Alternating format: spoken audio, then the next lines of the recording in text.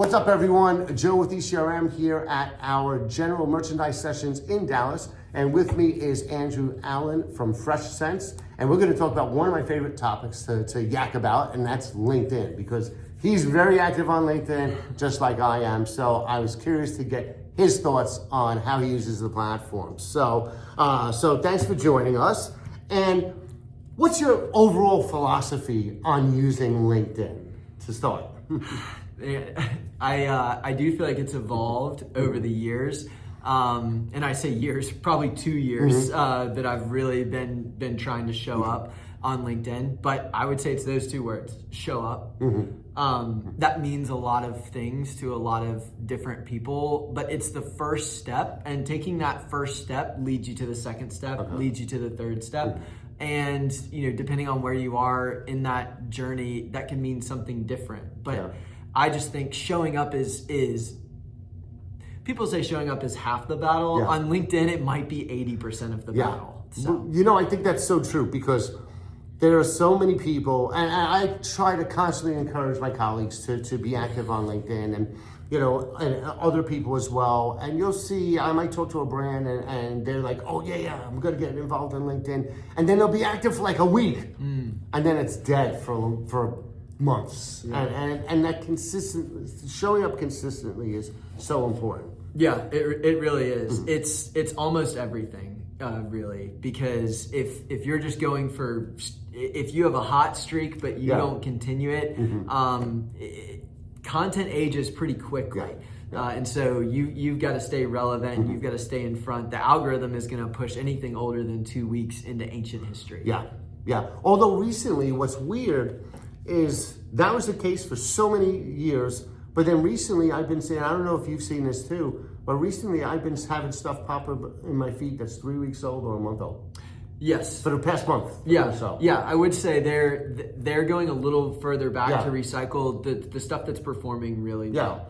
Which I don't mind, because I'm seeing stuff get reposted again. Right. Then it's like, wait, I posted this 3 or 4 sessions ago, and so I'm glad to see it bouncing around again. Sure. And I like that. So and I think you brought up a good point about the evolution, because the way I post has evolved over the years, and it's definitely the way I interact with other people on there. So so you said you've been doing it for 2 years. During that time, how has your post evolved? I was hoping you wouldn't ask this question. It's really evolved pretty dramatically. When we first started doing it, we were really looking at it from a B2B marketing perspective from our company. And we wanted to be helpful to our clientele.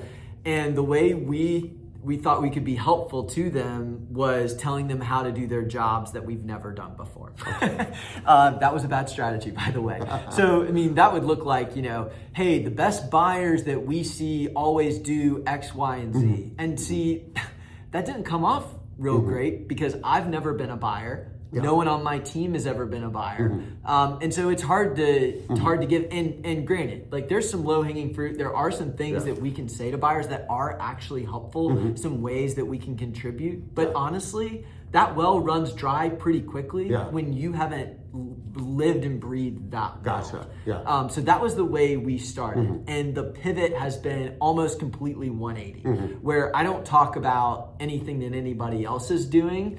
I talk about what we're doing, because we are the resident experts on our own work, our own brands, our own products, our own launches. And so that's what I tend to focus on. And the idea is that if I just take people along on the journey that I'm on, if they resonate with that, they're going to resonate with our brand, they're going to resonate with me. Maybe they've seen my content before we even meet, and all of a sudden there's a familiarity there that, like Emily, for example, you introduced us last night, so it's great to meet her. I'm meeting with her again this week. I already felt like I knew her because I've seen her LinkedIn content out. That's exactly what you want. And she's not telling people to do something. She's not instructing people how to do a job that she's never done. No, she's not at all. She's being honest and real about her journey, and people enjoy that, and they follow along, and they resonate with that. Yeah, I think that's really important. Is one, they want to they want to get to know you. Yeah. And so I have the unique perspective of I'm the Joe Tarnowski brand, but I'm also the ECRM brand on LinkedIn. Yeah. So, and they're a little bit different. There are things that I wouldn't put on like ECRM's not as casual as the Joe Tarnowski brand. So like on the Joe Tarnowski brand, I'm talking about my rucking, I'm talking about different activities I do, workouts I do, the craft of content or writing. Obviously, I'll talk about retail stuff in the context of what I've learned from talking to people like you, talking to buyers, talking to experts like Emily. But I also open the veil in terms of like, I would post a video of my clipboard with a first draft of a story, just flipping the pages. I'm like, guys, this is how I put together a story. And it's like, yes, I still use the clipboard and a pen and paper, but to kind of let them into my world. So you're doing a very similar thing. It's not like you're pushing Fresh Sense on them. You're like, here's what's going on at Fresh Sense. One of my best performing posts last year was a picture of a notebook, like where I was brainstorming. We were working on the strategy thing. I had arrows and circles going everywhere. It was a total mess. And the kind of hook to the post was, this is the part of sales that doesn't get the glory. Yes. And it was amazing. And I'm not trying to toot my own horn. I'm saying I'm struggling with this. This is really hard. It's not cut and dry.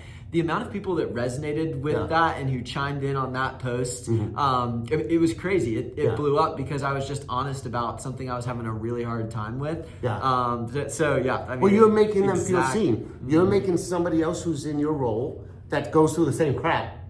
Like, oh, wait a minute, I'm not the only one in the world that's facing these challenges. And that's what I've noticed also is when you write about the bad stuff and the crap you got to deal with, that really resonates because other people, they don't want to just see the wins. They want to see all the stuff that you have to do to get to those wins. It's not always pretty either. And that's not the corporate facing facade that we put out there, right? Like, your brand page isn't going to post about the mistakes that they made. They're going to talk about the wins, but your personal brand can walk that line a little bit and it makes you human. And let's be honest, like, nobody is perfect and no brand is perfect either. And so the more we lean into that, the more that honestly people feel like they can trust us. And frankly, they should trust you more because you're willing to share those things that aren't perfect. And it makes you authentic. And in a world of AI-driven content, authenticity is becoming more and more important. And that's why I like to joke around and I say people's level of content quality expectations has dropped to my level. So, because my videos are definitely not polished.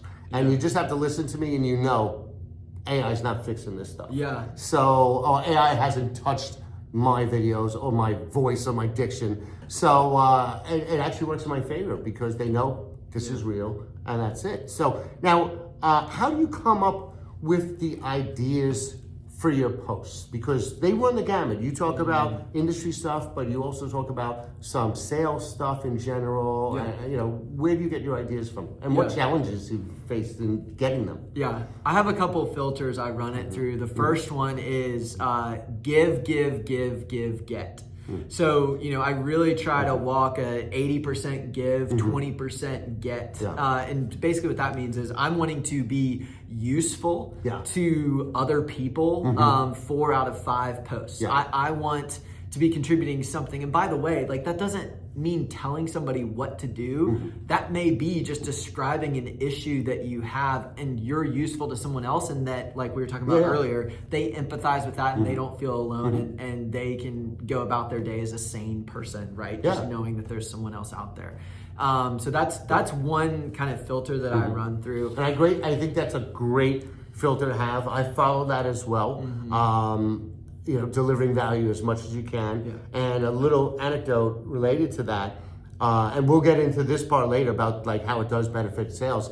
I was 7 years ago and I was walking with a colleague through our networking function, and I think it was a dinner or whatever, and trying to explain to him why he should be more active on LinkedIn, and somebody jumps up from the table, runs over to me and says, "Hey, I just want to say hello. I just want to let you know that your content is the only reason why I'm here." And so, I thanked him, took a selfie with him. I always like to bring them into the fold. And then I asked him why. And he said, well, your guys have been emailing me and calling me for the past 4 years. But it wasn't until I saw ECRM start putting out content that delivers value, that shows you have our best interests in mind, then it's like, wow, I trust these guys. I'm going to return that call. So it didn't come from LinkedIn directly, but it was the putting out that content that delivers value, like you said, the give, that also built the trust. So, 100%, I'm behind you on that all the way. I do the same thing. And if you're in sales and revenue generation, like, look, this is your chance to not be salesy, right? Because when you're in a meeting with somebody, whether you want it or not, you have that sales expectation on you. That I am trying to sell you something, I'm better off if you buy it. When you're just posting content, you don't have to bear that burden anymore. And so you can actually, I don't know, you can shed that persona a little bit. And if you're a salesperson, you should be looking for every opportunity to do that, to be something other than a salesperson to your potential clients. Exactly. So you said that was one of the filters. What are the other filters? So I may be a little bit unorthodox in this way, but I don't have a content planning calendar. Me neither. I don't write my posts out in advance. In fact, a lot of my posts come from sitting down at a computer and thinking about what happened yesterday. Journaling is a great way to pull from, like a lot of times, just a journal prompt from the day before. By the way, we're both notebook fanatics. He's got his, I got... There's a lot of LinkedIn posts that you'd find in there.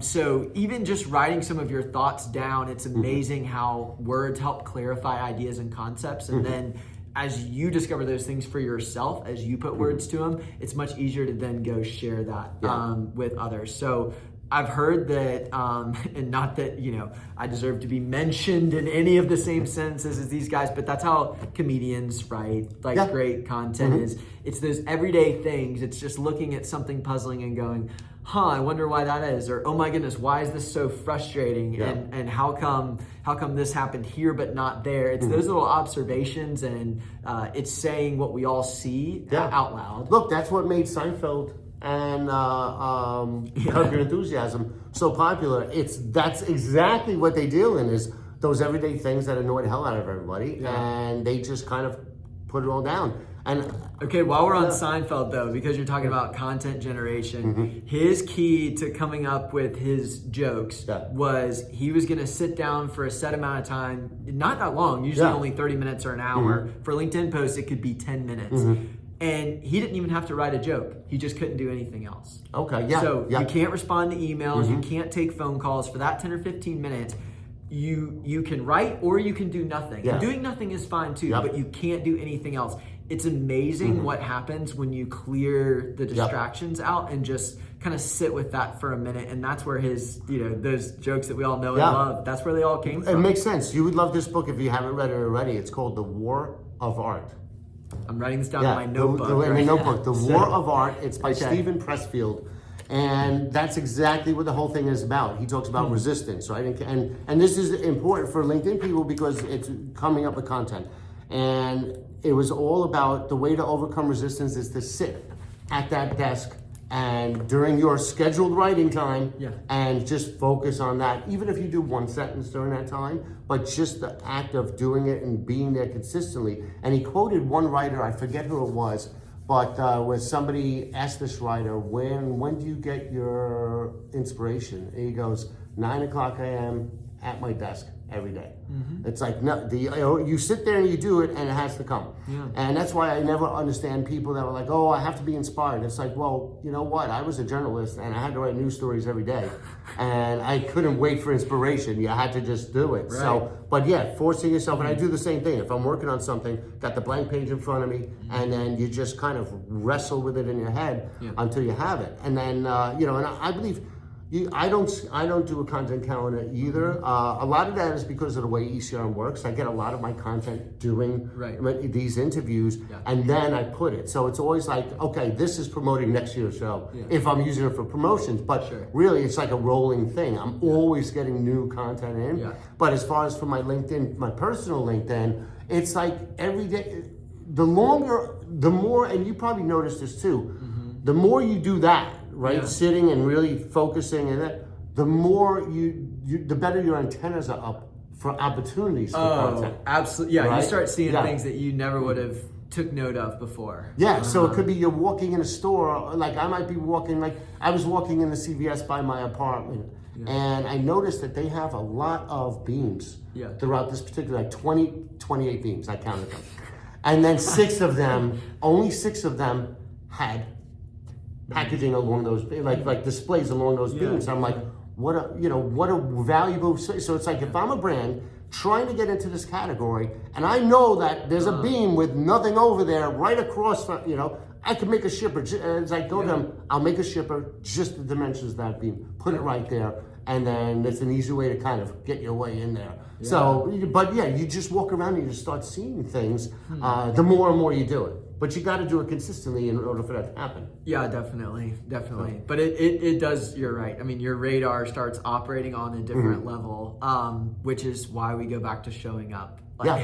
The showing up is the start, and the ideas come the more you show up. Yeah. And so many people don't want to start because they don't think they have enough ideas. The ideas come from showing up.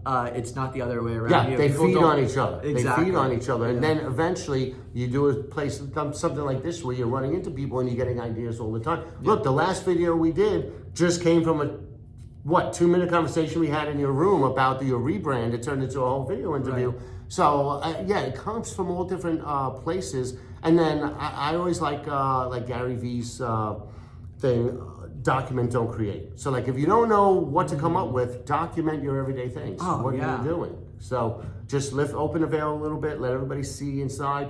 Maybe a factory tour or things going on in the office.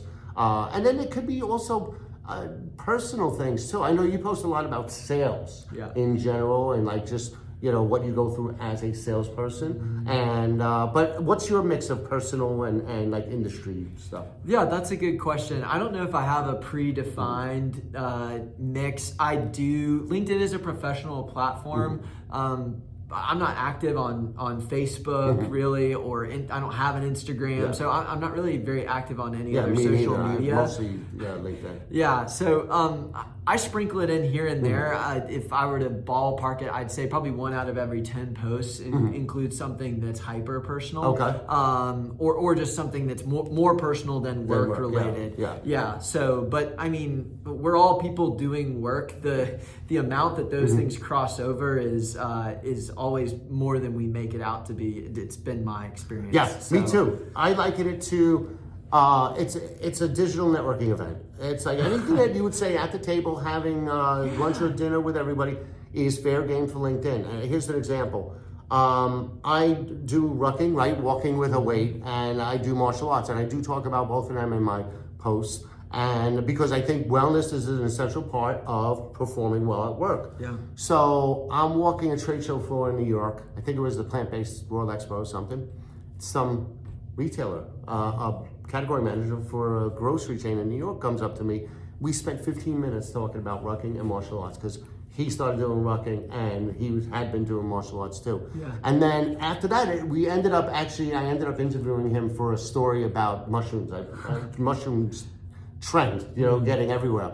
But the thing is, I would tell people, that's okay to put on LinkedIn because you never know when that one person you've been trying to reach that's not getting back to you has the same weird hobby that you do. Absolutely. And then all of a sudden, and like, I know one of my colleagues plays a trumpet. I'm like, put that on there. Because guess what? I do personally know a buyer that plays the trumpet. Yeah. So you never know, and it's just, again, if you were at a networking function having dinner, you're going to talk about all these different things. It's not just going to be 100% business. So I think anything like that, especially for your personal LinkedIn, is fair game. And I did like the Rocket Man thing that you did. Yeah. Right? It was, what was that? You did a cool video with the Rocket Man song. Yeah, that was just during the COVID era when we couldn't go meet with buyers. And so to open up our Zoom meetings, we did this elaborate video intro that we pre-recorded, and that was just kind of a rewind the clock, funny story into what we did to differentiate ourselves in that time. Again, nothing groundbreaking. Just got a lot of engagement. It did, and it's just like one of those stories where we pulled back the curtain and said, we really didn't know what to do when we couldn't meet with buyers anymore because we have a product that's scented, but we did know that we wanted to be memorable and that we wanted this meeting to bring light and joy into their day. And so we could do that by talking about the product the whole time, or we could do something a little bit funny that put a smile on their face. And so just sharing that got a lot of response. Memorable, I think, is a key term. Memorable, especially you're dealing with buyers that are meeting with hundreds of suppliers a month.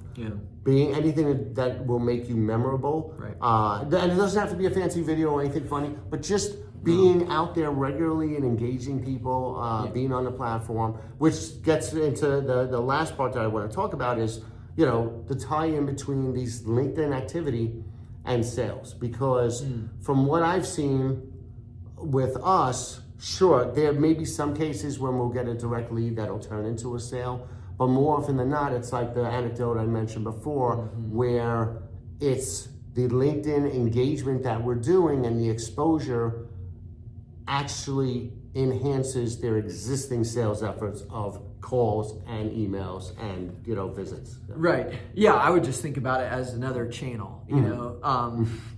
If you're a salesperson, you don't have a problem emailing someone you've been trying to get a meeting with every week, and yet you might be connected with them on LinkedIn, but you're not posting at all. It's a way to show up organically too, right?